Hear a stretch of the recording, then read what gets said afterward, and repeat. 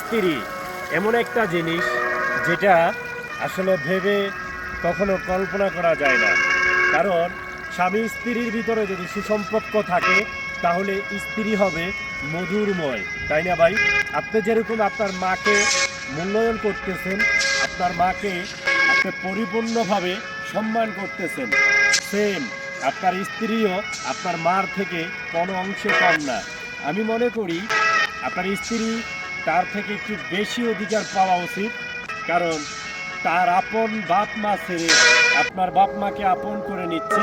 শুধু তাই না ভাই, আপনাকেও সারা জীবনের জন্য সুখ শান্তি এবং মানসিকতা ভালো করে দেওয়ার জন্য পরিপূর্ণভাবে চেষ্টা করতেছে।